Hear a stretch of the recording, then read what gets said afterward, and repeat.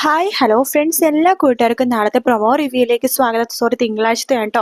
അങ്ങനെ തിങ്കളാഴ്ച മനോരമ ആ ഒരു ഫാമിലി ട്രീ നോക്കുമ്പോഴേക്കും അതിൽ നമ്മുടെ പ്രീതിയുടെ ഫോട്ടോ മാത്രം കാണുന്നില്ല. ഈശ്വര, ഇവള് ഫോട്ടോ ഒക്കെ പോസ്റ്റ് ചെയ്താണല്ലോ, പക്ഷെ ഇവളുടെ ഫോട്ടോ മാത്രം കാണുന്നില്ലല്ലോ. അപ്പോൾ പ്രേതമാണോ? അവൾ മാത്രം ഫോട്ടോയിൽ മാഞ്ഞു പോയിരിക്കുന്നു.